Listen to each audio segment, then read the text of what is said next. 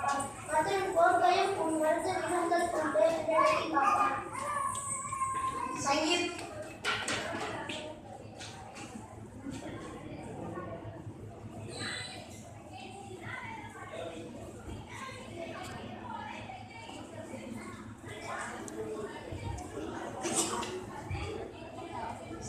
34 1-3.